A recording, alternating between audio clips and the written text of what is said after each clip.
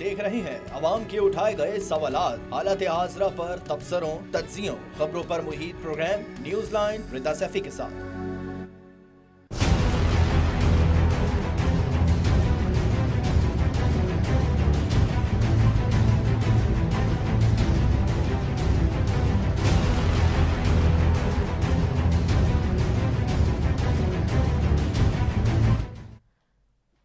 अस्सलाम वालेकुम, मैं हूँ रिदा सैफी। नाजरीन, सवाल है कराची के कचरे की सफाई के साथ साथ क्या कराची की सियासत का मंजरनामा भी अक्सर तब्दील होने जा रहा है। सवालात इस वक्त बहुत गूंज रहे हैं, सोशल मीडिया हो या फिर मुख्तदर हलके हो, उनमें कराची इस वक्त गुफ्तगू में सबसे ज़्यादा शामिल नज़र आ रहा है। जहाँ जहाँ गुफ्तगू हो रही है, कराची के हवाले से गुफ्तगू हो रही है। मुख्तलिफ हलकों में इस्लामाबाद की बात करें, वहाँ से लेके कराची तक, इस वक्त सिर्फ कराची ही सारा जिसे कहते हैं कि गुफ्तगू का महवर बना हुआ है। क्या कराची को वफाक के तहत एडमिनिस्ट्रेटिव ब्लॉक बनाया जा सकता है? सवाल ये भी है, क्या वफाकी हुकूमत कराची को सिंध हुकूमत से लेने की आईनी और कानूनी तैयारी मुकम्मल कर ली है? सवाल ये भी है कि क्या कराची को एडमिनिस्ट्रेटिव ब्लॉक बनाने की आईनी और कानूनी पहलुआत पर रोशनी डाली गई है और क्या वो कानूनी पहलू हैं? सवाल ये भी है कि कराची में इस बार जब बारिश होगी तो वो क्या गुल खिलाएगी? सवाल ये भी है कि कराची में वफाकी हुकूमत की मुदाखलत के बाद MQM और सिंध हुकूमत घी शक्कर क्यों नजर आ रहे हैं? ये वही MQM पाकिस्तान और सिंध हुकूमत के इस वक्त के नुमाइंदे हैं जो कि एक दूसरे के ऊपर बौछार किए हुए थे इल्जामात की, तुंद और तेज लहजे में एक दूसरे को ब्लेम आउट करते हुए हर प्रोग्राम में आपको नजर आते थे, टॉक शो में, सोशल मीडिया पे, प्रेस कॉन्फ्रेंसेस में।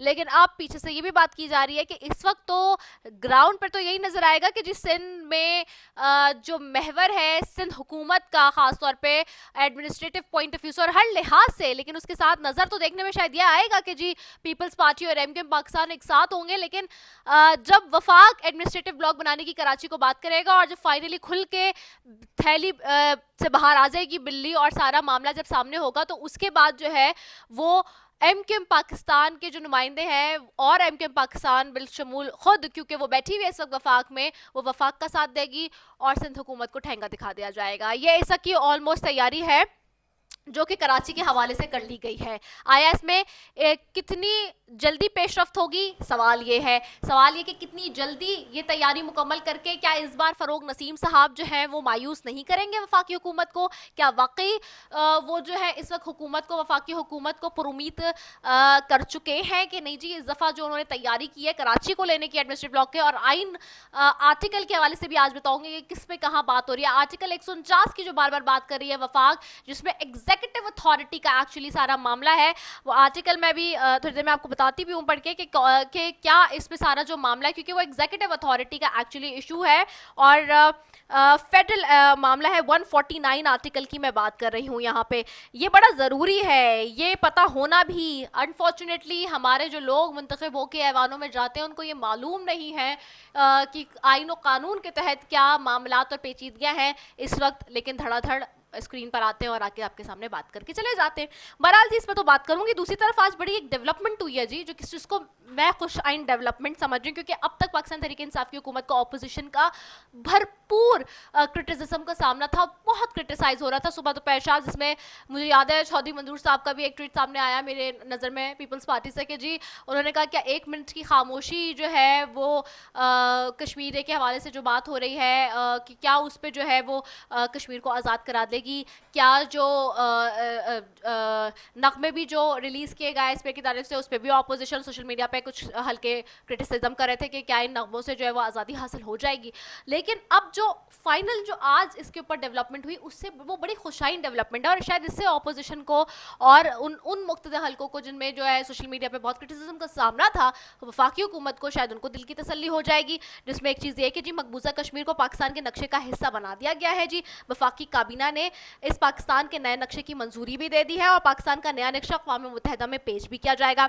कश्मीर पाकिस्तान का हिस्सा बनेगा, ये नक्शा पहला कदम है, वज़ीर आज़म ने ये कहा और साथ ही साथ तमाम कश्मीरी और मुल्क की क़यादत ने इस नक्शे की तायद की है। वज़ीर आज़म ने आज ये भी, और ये वो नक्शा जो कि आपके सामने स्क्रीन पर चल रहा है और ये बहुत ही खुशाइन बात है। और इसके बाद इंडियन मीडिया के ऊपर जो खलबली और जो उनमें बेचैनियाँ और जो उनमें परेशानियाँ, जो उनमें खराबियाँ शुरू हो गई हैं, वो भी मैं देख रही थी आज दोपहर से। जिस तरह की उनके अंदर जो है वो मसाइल नज़र आ रहे हैं, जिस तरह की उनमें डर, खौफ, सहमी हुई इंडियन मीडिया जिस तरह से नज़र आ रही है पाकिस्तान से और पाकिस्तानी हुकूमत से और पाकिस्तानी फ़ौज से, वो एक मरतबा उनका घिनौना मकरूह चेहरा हमारे फिर सामने है।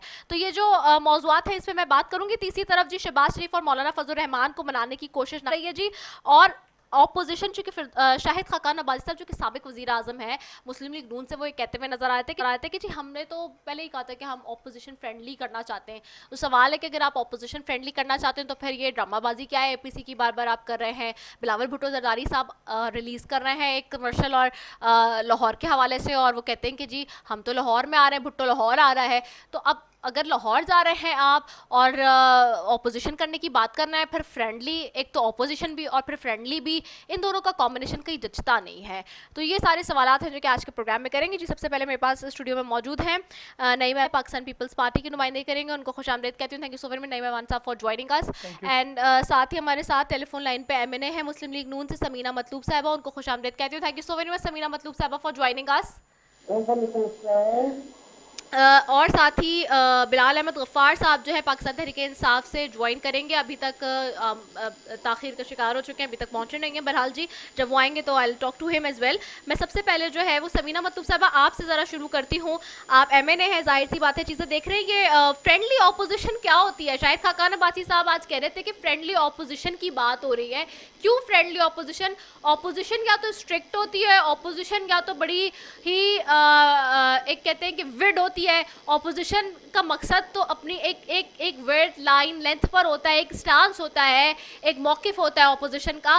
क्यों ऑपोजिशन ये कहने लगती है कि जी हम तो फ्रेंडली ऑपोजिशन पे, हमें तो नवाज शरीफ साहब ने कहा था कि करेंगे, एकदम से एक बीच में पैच आता है जिस वक्त बड़ी रेजिस्टेंस और बड़ी जज्बा और जोश नज़र आ रहा होता है ऑपोजिशन का, और बड़ी आपस में जो है वो घी शक्कर नज़र आ रहा होता है कि हुए वो होते हैं पीपल्स पार्टी और पीएमएलएन वाले। फिर अचानक से ये क्या बात आती है कि जी फ्रेंडली ऑपोजिशन की बात शुरू हो जाती है? मेरी तरफ से आप सबको जी और अस्सलाम वालेकुम। वालेकुम अस्सलाम जी। ये तो नवाज शरीफ साहब ने पूरे दिन से कहा था कि हमने इमरान खान की वो हुकूमत करने देनी है, और जिस हद तक ये नाकाम हो रहा है हाँ। या इसकी नाकाम को देखिए हाँ। ये खुद ब खुद अपने बोझ के नीचे आके गिरेगा। तो क्या जरूरत है जो हुकूमत खुद गिरने को तैयार खड़ी है, सिर्फ एक थोड़ा सा धक्के की जरूरत है, वो खुद ब खुद लगेगा। इतनी खोखली हो चुकी है फिर भी इसके अपने इंतजाम, इसकी अपनी प्लानिंग, इसकी अरेंजमेंट, इसकी मैनेजमेंट सब फेल हो चुकी है, और उसमें इसके साथ जबरदस्ती करने की जरूरत ही नहीं है।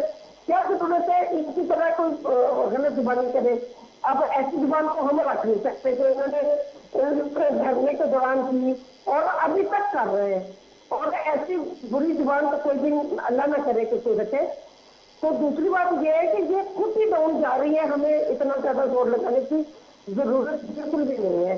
नवाज शरीफ साहब केक का मैं समझती हूँ कहना इतना अच्छा होता है, इतना एक विजन वाले बंदे का यही है कि ये खुद ब खुद अपनी एक लोगों का चांद जो है वो उतरेगा, और लोगों ने जो तब्दीली के ख्वाब देखे थे वो खत्म होंगे, वो टूटेंगे, तो फिर लोगों को पता चलेगा कि बेहतर हुकूमत और बुरी हुकूमत में फर्क क्या है।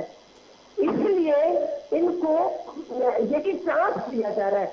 बाकी रही बात जहाँ पे असेंबली के फोरम पे हम बैठ के इनको हर बात पे जहाँ पे हम अच्छा मशवरा देना होता है वो नरमी से भी देते हैं और सख्ती से भी देते हैं। इनकी बुरी बातों का जवाब उसी से नरमी से भी जाता है और सख्ती से भी जाता है। ये हर बात को मतलब ये तय हो गया है, ऑपोजिशन ने ये तय कर लिया फिर कि हुकूमत को 5 साल मुकम्मल करने के लिए दे रही है ऑपोजिशन।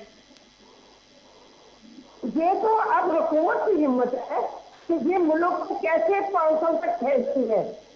नहीं फिर उनके कॉन्स और प्रॉन्स जो भी दोनों चीजें हैं, प्रॉन्स और कॉन्स, जहाँ पे बात होती है हुकूमत की, जहाँ पे हुकूमत की अच्छाई बुराई की बात है वो ठीक है उस हद तक। फिर ये बार बार क्यों बीच में आप लोग शोशा छोड़ते हैं कि हुकूमत गिरने की बात हो रही है, हुकूमत घर जा रही है? भाई अवाम के सेंटिमेंट्स के साथ खेलना बंद करे ना ऑपोजिशन। फिर बात सुने ना, हाँ ये जब लूली लंगड़ी हो ही चुकी है, ये देखते हैं कि ये कहाँ तक अपने आप को खींचती है और किस निशान पे किस जगह पे जाके खुद ब खुद ये गिरती है।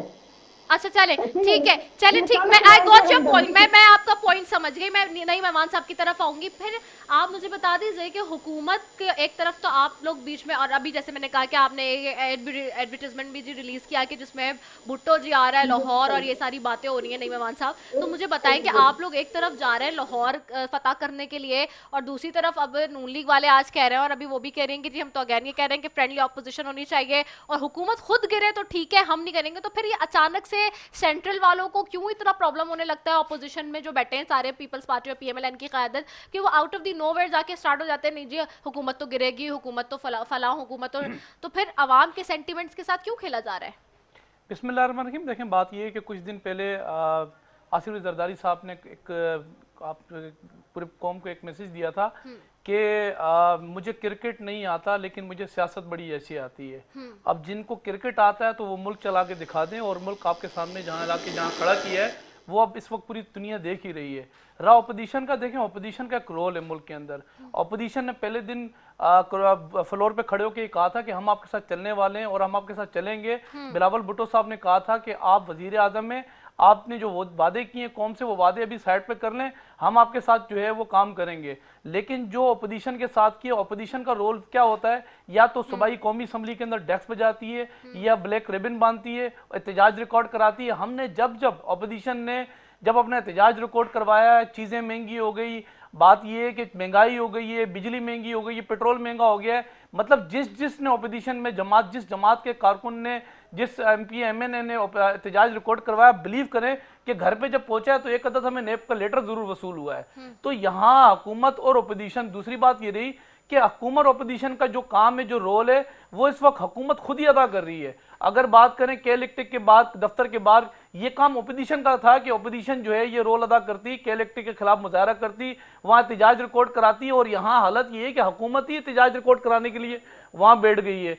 अपोजिशन अपना रोल अदा कर रही है। फ्रेंडली की अगर जो बात की गई है, जो हम लोग बैठ के यहाँ बात कर रहे हैं, अभी बिलावल भुट्टो साहब ने 2 दिन पहले एक बयान दिया था कि हम जाके हम धरना नहीं देंगे, हम सिर्फ निकलेंगे बाहर, और जहाँ हमें पहुँचना है ना, उससे पहुँचने से पहले हुकूमत जो है वो इस्तीफे दे के चली जाएगी। लेकिन बहरहाल ये अब इनको समझना है कि जो कौम के साथ वादे किए, जो जिस तरीके से जिस ट्रेंड पे कौम को चलाया और जहां ला के आज खड़ा कर दिया, कल 5 अगस्त से, खैर उस पर भी बात बाद में करेंगे।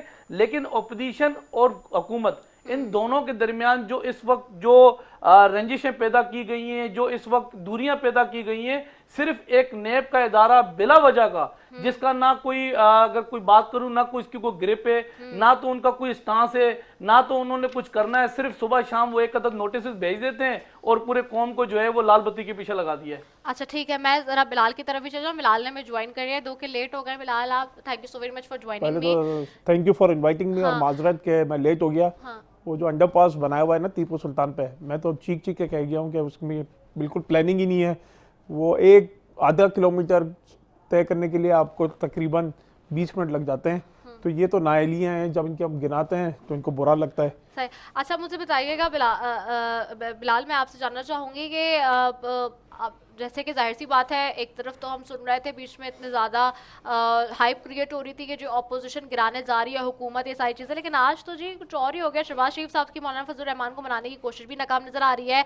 फिर से हमें डिवाइड नज़र आ रही है ऑपोजिशन। जाहिर सी बात है, चूँकि अब कौमी मुशावरती कॉन्फ्रेंस होने जा रही है कश्मीर के हवाले से, उसमें शिरकत से इनकार कर दिया मौलाना फजल रहमान ने, और उन्होंने कह दिया कि जी ना है हुकूमत ने कश्मीर का सौदा कर दिया है। क्या वाकई कश्मीर का सौदा कर दिया है? क्या हुकूमत ने, हुकूमत पे क्यों एलिगेशन लगाते हैं मौलाना फजल रहमान साहब? अच्छा, पहले मैं आपको जवाब दे दूं सो कॉल्ड जॉइंट अपोजिशन का, चाहे वो पीपल्स पार्टी हो या PMLN है, उनका एक ही एजेंडा है कि जो फैमिली लिमिटेड कंपनी बनाई हुई है इन्होंने पॉलिटिक्स में, उस डायनेस्टी को बचाना है। उनको शरीफ ख़ानदान को बचाना है और इनको जो है जरदारी ख़ानदान को बचाना है। और जो इनके जो करप्शन के केसेस हैं, इनका एक ही एजेंडा है कि किसी तरीके से हुकूमत को ब्लैकमेल करके NRO हासिल कर लें। अब ये मेरे भाई हैं, कह रहे थे कि नैब भाई, नैब का कानून आप लोगों ने बनाया था, आप लोगों को मौका मिला था, उसमें आपके पास 2/3 मेजॉरिटी थी जब आप PMLN के इत्तेहादी थे, तो उस कानून को आप चेंज कर देते। अब आप देखें, अभी जो FATF की जो एक इंटरनेशनल इम्पोर्टेंस लेजिस्लेशन करनी थी, वो लेजिस्लेशन मनी लॉन्ड्रिंग की थी, जो इन लोगों ने नहीं की क्योंकि ये खुद मनी लॉन्ड्रिंग करते थे। तो 10-12 साल से ये चीज़ें चल रही थी। जब हमें लास्ट टाइम FATF का जो इंटरनेशनल कॉन्फ्रेंस हुई थी, उसमें ये कहा गया था कि आप इनके खिलाफ ये जो चीज़ें हैं इसमें मेजर्स लें और वो लेजिस्लेशन के थ्रू होंगी। और वो कोई पाकिस्तान तहरीक इंसाफ के लिए कोई लेजिस्लेशन नहीं हो रही थी, वो पाकिस्तान की बका के लिए और पाकिस्तान की बेहतरी के लिए थी। तो अपोजिशन ने कहा कि जी हम आपको FATF में करते हैं सपोर्ट, लेकिन साथ साथ इसको नैब के साथ लिंक कर दें। तो प्राइम मिनिस्टर साहब ने कहा अच्छा आप ले अपनी तरामीम क्या ले करते हैं। तो 39 तरामीम में से 36 तरामीम वो ऐसी थी कि वो अपने आप को क्लियर कट करना चाहते थे, और जो उन्होंने जो तरामीम पेश की वो एक्सपोज हो गए, और आपने देखा कि वो FATF का बिल भी फिर पास हो गया। तो ये एक साल से ये लोगों के ड्रामे, कभी वो ट्रेन मार्च, कभी धरना, कभी वो लाहौर में धरना, ये तो इनका कोई एजेंडा नहीं है। इनको सिर्फ अपनी अपनी जो कुर्सियां हैं, अपनी अपनी जो एक गर्दन में इनकी हाथ डाला गया ना, वो बचाना है और कुछ नहीं है। वो शहबाज शरीफ कुछ कहते हैं, वो आपने पिछले दिनों देखा था ख्वाजा आसिफ ने एक्सेप्ट किया था कि हम 100 लोग हैं ना नहीं लेके आए। वो बिलावल भुट्टो और वो शहबाज शरीफ एक कंटेनर पे थे, वो बिलावल भुट्टो साहब तकरीर करके चले गए, शहबाज शरीफ तकरीर करके चले गए। मौलाना फजलुर रहमान ने पीछे मुड़ के देखा तो देखा ना शहबाज शरीफ है ना बिलावल भुट्टो साहब हैं। वो ये लड़ते रह रहे की है। और आप कश्मीर की बात करते हैं, ये मौलाना फजलुर रहमान को पहले दिन से क्या तकलीफ है कि ये वो पार्लियामेंट का हिस्सा नहीं रहे, क्योंकि आउट हो गए, इनको रिजेक्ट हो गए। इनसे पूछें कि ये हर जिसकी भी हुकूमत हो, जो कश्मीर के कमेटी के चेयरमैन ये होते थे, इन्होंने 12, 15, 20 साल से ये क्या इन्होंने कश्मीर के लिए कॉज के लिए किया। सवाल तो मौलाना फजलुर रहमान से पूछे ना। अब ऑल पार्टी कॉन्फ्रेंस होने जा रही है, कश्मीर के लिए हो रही है, पाकिस्तान के मेजर एक वाइडर कॉज के लिए हो रही है, इसमें भी उनकी सियासत। तो ये एलिगेशन लगा रहे हैं कि हुकूमत ने देखिए ऑपोजिशन का कोई आपने देख लिया होगा इनका क्या रवैया था। पहले कहते थे बजट पास नहीं होने देंगे, बजट भी पास हो गया। पिछले जो नंबर से उससे ज्यादा बेहतर नंबर से बजट पास हुआ। सेनेट के चेयरमैन में आपने देख लिया, जब वो नो कॉन्फिडेंस वोट आया था, उससे पहले जब सेनेट के जो चेयरमैन के इलेक्शन की बात आई थी, सब चीजें आपके सामने है। तो ये बंद कमरे में कुछ और बात करते हैं, जब पब्लिक के सामने कुछ और कहते हैं, ये इररेलेवेंट हो गए। ये इन्होंने सारे ऑपोजिशन पार्टी से मिलकर ये मिक्स अचार पार्टी बन गई है। समझते हैं ऑपोजिशन अभी भी एक पेज पे नहीं है। मैं कह रहा हूं ना, कंफ्यूजन का शिकार है। इनका कोई एजेंडा नहीं है, सिर्फ ये है कि NRO हासिल करके अपनी फैमिली डायनेस्टीज को बचाया जाए। ओके, फैमिली डायनेस्टीज को बचाया जाए NRO हासिल करके, और कंफ्यूजन का शिकार है ऑपोजिशन, हुकूमत ये समझती है। वेल, एक शॉर्ट कमर्शियल ब्रेक की तरफ जा रहे हैं, वापस आ रहे हैं।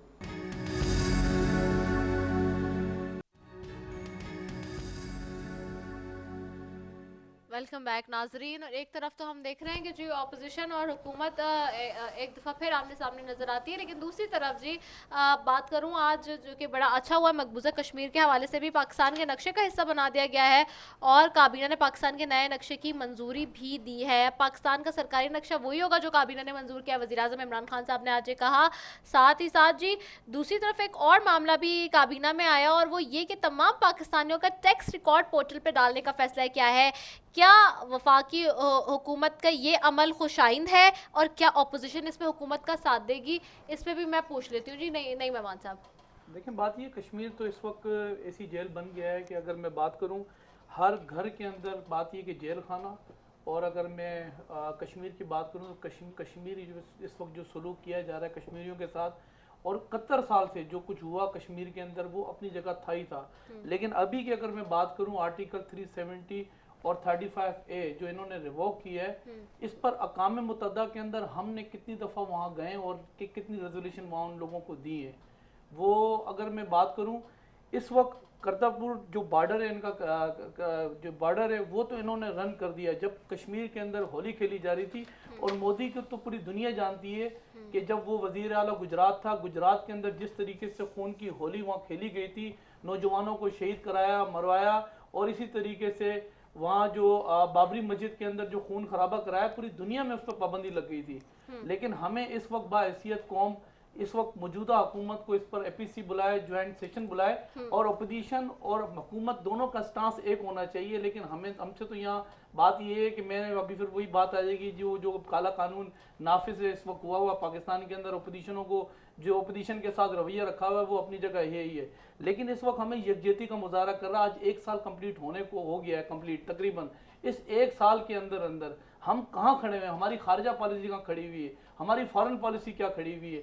सिर्फ एक वो लाल बत्ती के पीछे लगा लेते हैं कि एक पाँव पे खड़े हो जाओ, खामोशी जो है वो खामोश हो जाओ और पूरी कौम को जो है वो 1 मिनट के लिए जो है रोडों पे खड़ा कर देते हैं। ये इसका सोल्यूशन नहीं है। सोल्यूशन के लिए हमें आपको सबको मिल के पूरी दुनिया में इसकी आवाज़ उठानी पड़ेगी। अगर इसकी आवाज़ नहीं उठाई तो आज वहाँ चाहें तो डोमिसाइल, अगर 1 साल के अंदर 4 लाख लोगों के डोमिसाइल कश्मीर के अंदर इंडिया ने जो जुल्म जो किया है वहां पर डोमिसाइल वहां चेंज कर दिए हैं। लेकिन बात यह है कि हमारे वजीर आजम साहब उनको वेलकम पहले भी किया था और अभी अगर बात करूं तो सख्त हमारा कोई रवैया नहीं है कश्मीर के साथ। वहां खून की होलियां खेली जा रही हैं या बॉर्डर ओपन किए जा रहे हैं या सब्सिडियां खत्म कर करके हज उम्रों से जो है वो सिखों को वेलकम किया जा रहा है कि आप आते जाओ, अपनी जो आप लोगों ने जो आपकी रवायत है उसको कायम करते रहो। लेकिन हमें इस वक्त थोड़ी सख्ती का मुजाहरा करना पड़ेगा। ठीक है। दूसरा मेरे सवाल का आपने जवाब नहीं दिया। मुझे ये भी बताइए कि वफाकी काबीना ने तमाम पाकिस्तानियों का टेक्स्ट रिकॉर्ड पोर्टल पे डालने का फैसला किया है, क्या ऑपोजिशन हुकूमत का साथ देगी इस पर? देखिए, हर उस अच्छी रवायत जो ये कायम करेंगे उसमें हम साथ खड़े हैं और बात ये है कि जहाँ इनको जरूरत पड़ेगी वहाँ हम इनको साथ देंगे। लेकिन बात ये है कि सिर्फ अगर मैं रिकॉर्ड की बात करूं, ऐसा ना हो कि वो रिकॉर्ड सिर्फ अपोजिशन के जो लीडर हैं उनका रिकॉर्ड चढ़ा दिया जाए और फिर अलीमा खान बाजी 86 अरब रुपया लेके चली जाए मशीनों के ऊपर, 36 करोड़ रुपया वो टैक्स कॉम का जो है वो अदा हो। और बात ये है कि यहाँ भी जो है वो लोगों को लाल बत्ती के पीछे जो है वो लगाया जाए। ठीक है बिलाल, आपकी तरफ आऊंगी। इट्स गुड साइन आज जो हुआ है वफाकी काबीना ने किया है, लेकिन ये गिला रहा ऑपोजिशन को आपसे कि जी 1 मिनट की खामोशी या हर जुम्मे को खड़ा होना it's not enough for Kashmir, we need to do something practical या सॉन्ग्स रिलीज करना। ये ऑपोजिशन बार बार कहती रही, ये सिर्फ इस हद तक हमें नहीं रहना चाहिए था।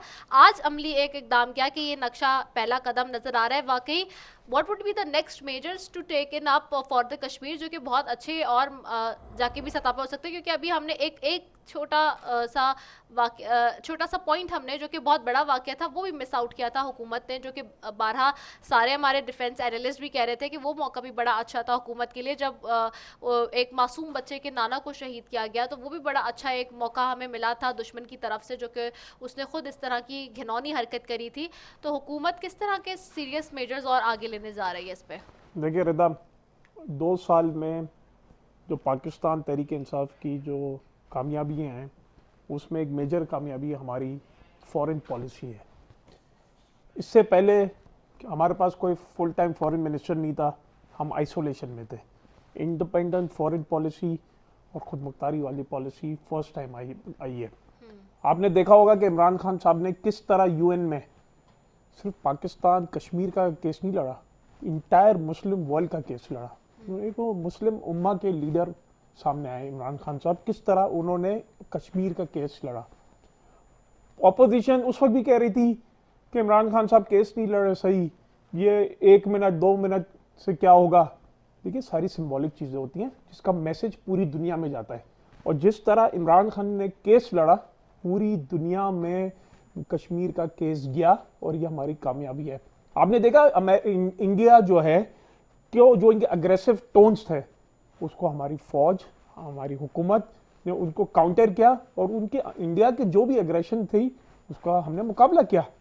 क्योंकि इसमें तो सब एग्री हैं कि war is not the solution, कि आप और हमने हमेशा इमरान खान साहब ने और हमारी फॉरेन पॉलिसी हमेशा थी कि गिव पीस अ चांस। आप टॉक्स पे आए और ये करें और बराबरी की सतह पे। क्या वजह है कि जब तालिबान और अमेरिका में जो पीस टॉक्स होते हैं तो उसमें पाकिस्तान का रोल है।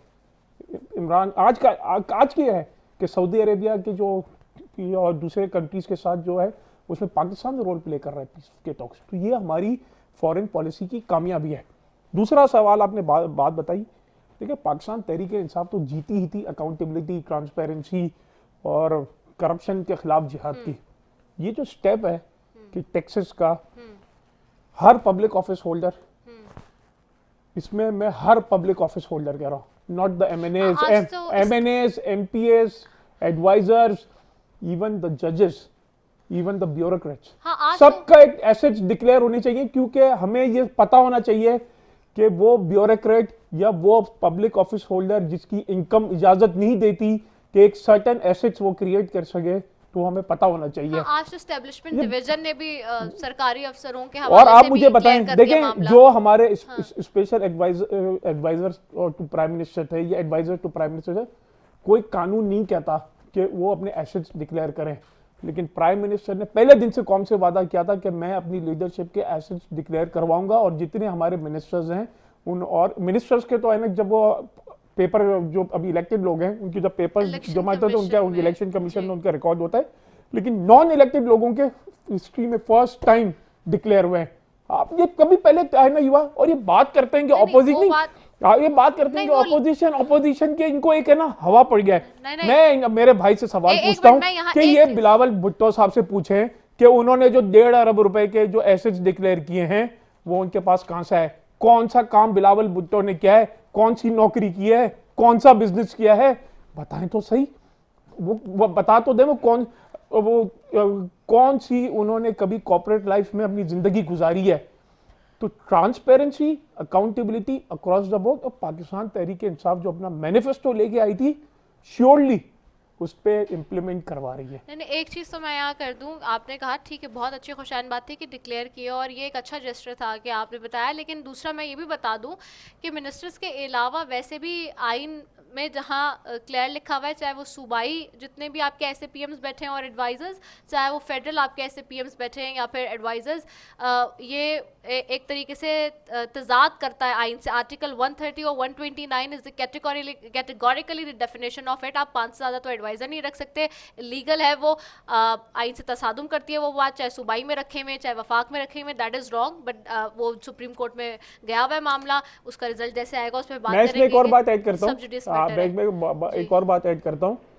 ये नईम अवान साहब डिमांड कर रहे हैं अपनी लीडरशिप से कि जो सिंध काबीना में जो ऐसे सीएम के जो स्पेशल एडवाइजर और उनके जो बैठे हुए हैं इतने सारी जो फौज है, उनके एसेट्स डिक्लेयर करवाए ना। क्यों है ना, वो तो 12 साल से सिंध की हुकूमत में, क्यों वो ट्रांसपेरेंसी पे अमल नहीं आता? क्योंकि जब ये सामने चीज आएंगी तो सब लिंक होगा, fake account, omni account, Zardari system, सारा उधर है ना कनेक्शन होता है। आप जीआईटी उठा ले। ठीक है। देखिए बात ये है कि बिलाल भाई ने बात की और आपने कहा कि मैं समीना जी से भी जवाब ले लूं, फिर आपसे फिर ले लेती हूँ। समीना मतलूब साहिबा, मुझे बताइएगा, मैं उनसे सिर्फ टू द पॉइंट आंसर ले लूं, फिर मैं आप दोनों पे वापस आ जाऊंगी एंड करने के लिए। मकबूजा कश्मीर को पाकिस्तान के नक्शे का हिस्सा बनाया, काबीना ने पाकिस्तान के नए नक्शे की मंजूरी दी। अब मुतमईन है ऑपोजिशन, अब खुश है नून लीग, क्योंकि बहुत ज़्यादा क्रिटिसाइज़ किया जा रहा था कि 1 साल होने को आ रहा है लॉकडाउन को, वहाँ पे कर्फ्यू लगे हुए, लेकिन कुछ नहीं किया जा रहा। दूसरा, ये जो पोर्टल पे काबीना अरकान पार्लियामेंट बिजनेस कम्युनिटी के टैक्स रिकॉर्ड डाले जाने की बात आ रही है, उस पर ऑपोजिशन कितनी हुकूमत का साथ देगी, कितनी मुतफिक है? मुझे मेरा सबसे पहले तो ये बताएं जी, इनके इस कदम से, ये ऐसा कदम उठाने से कोई हकीकत बदल नहीं जाएगी। इन्होंने कश्मीर, इंडिया ने कश्मीर को आईनी तौर पर अपना हिस्सा बना लिया। ये किसकी शर्त से बना?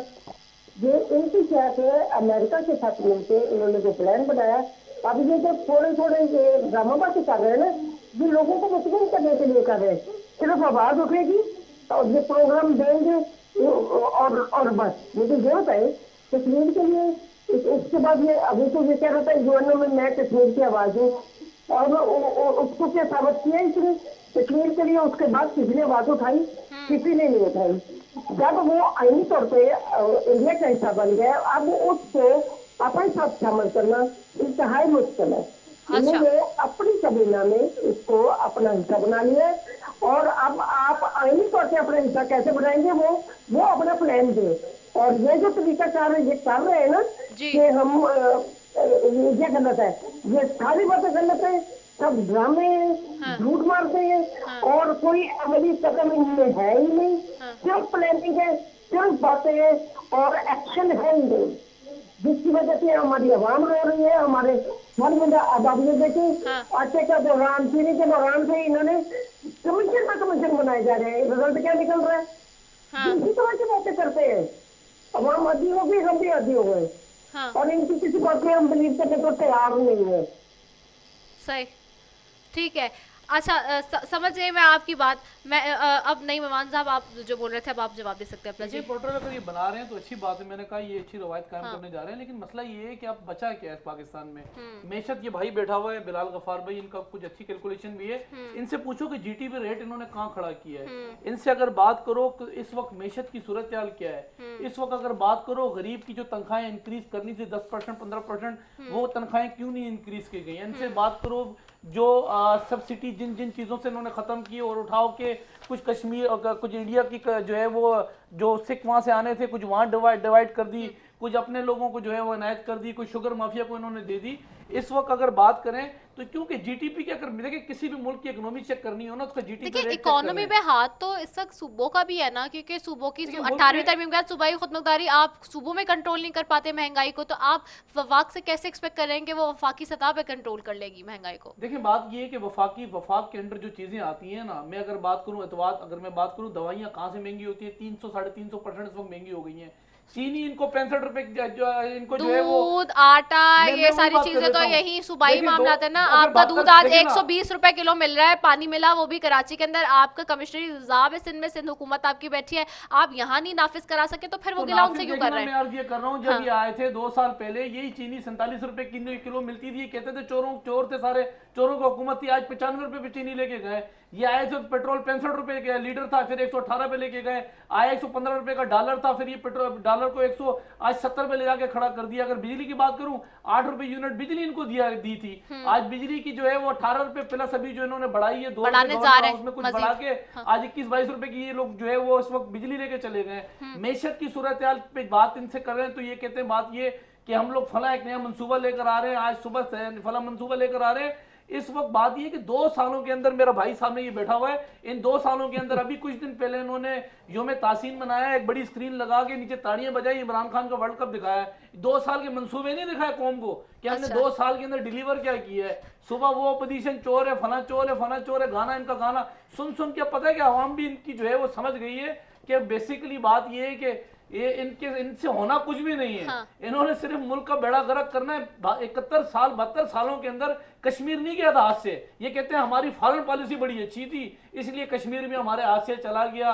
कश्मीर वाले मामलात के ऊपर मैंने नहीं कहा था, मोदी को इन्होंने कहा था कि अगर मोदी जीत जाए तो कश्मीर का और जो है वो इंडिया का मसला हल हो जाएगा। वेलकम इनके वजीर आजम ने किया था। ये कह रहे हैं कि 1.5 रुपए की जो है वो बिलावल भुट्टो साहब जो है बताया कि 1.5 रुपए की उनकी प्रॉपर्टी या उनके एसेट्स कहां से आ गए। तो मुझे भाई आप भी बता दो 300 कनाल वो जो जमीन बनी, इमरान खान जो है वाइट सर्टिफाइड सादे कमीने 1970 से अपनी मनी ट्रेल इन्होंने सुप्रीम कोर्ट में दी है। आज इनसे पूछ लो हेलीकॉप्टर केस खुल जाए, बीआरडी का जो इन्होंने बेड़ा गर्क किया, सातवीं मिसाइल गरम बनाई है। इनसे पूछो वो जो खैबर बैंक स्कैंडल था, इनके जो चोर डाकू सारे पकड़ दिए इत्तेसाब कमीशन से, और इत्तेसाब कमीशन को क्यों उन्होंने बंद किया। खामाखाई के अंदर कौम का इन्होंने वक्त जाया करना। अब तो हंसी आती है, यकीन करें इनके साथ शो करने के अंदर 100 बंदा, यकीन करें 100 बंदा अपॉइंट किया हुआ सिर्फ साबका हुकूमतों में कीचड़ जो है ना कीचड़ उछालने के लिए। वो चोर है, वो डाकू है, फला है। रोज एक नया मंसूबा लेकर आते हैं, एक नया ये लगा दिए लाल बत्ती के पीछे कि हम पोर्टल बनाने के लिए जा रहे हैं। और पोर्टल में आपको वही बता दूं, ये भी सिर्फ बेवकूफ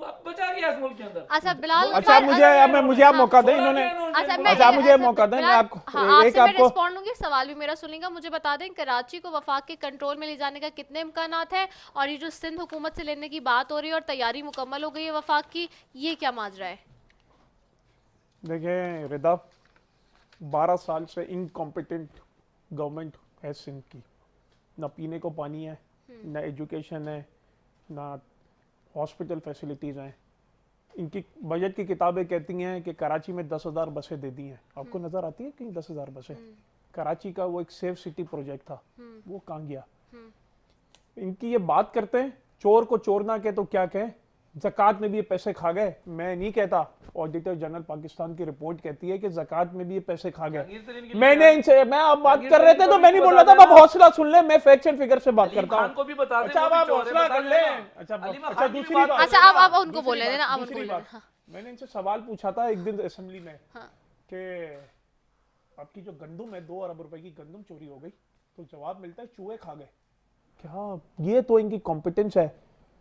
अब छोड़ें, सिंध सॉलिड वेस्ट मैनेजमेंट उसके चेयरमैन है, बोर्ड के चेयरमैन है मुराद अली शाह साहब, कचरा नहीं उठा सके।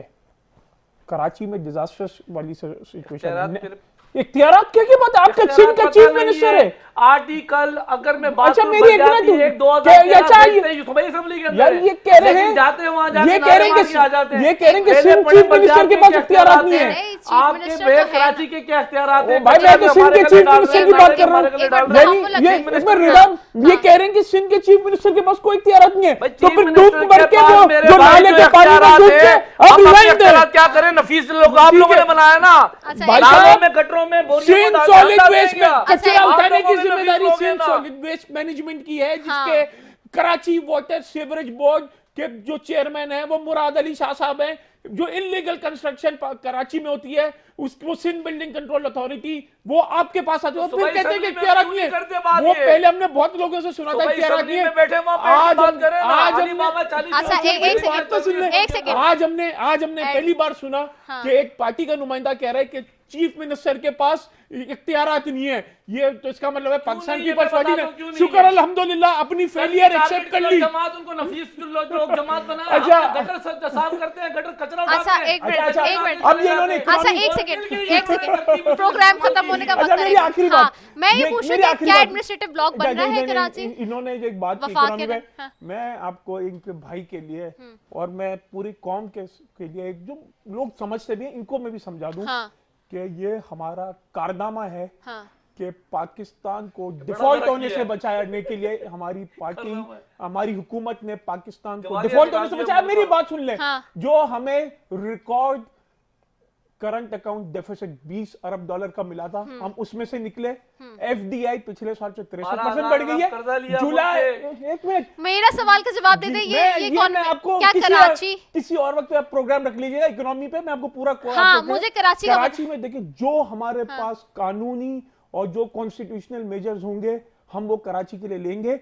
मैं इनको कहता हूं कि जो कराची के लिए जो क्या वफाक एडमिनिस्ट्रेटिव ब्लॉक बनाने जा रहे कराची को अपने अंडर लेने के लिए? देखिए मेरी बात सुने, हमारे पास आर्टिकल 149(4) पढ़ ले कि हमारे पास आईन हमें एग्जीक्यूटिव राइट्स जो एग्जीक्यूटिव राइट्स है 149(4) में वो हम यूज कर सकते हैं। 149(4) की मैं बात कर रहा हूं। दूसरी बात, क्या मैं जो समझता हूं कि आपको पूरे सूबा सिंध में पीएफसी करना चाहिए, जो ये 12 साल से नहीं करते।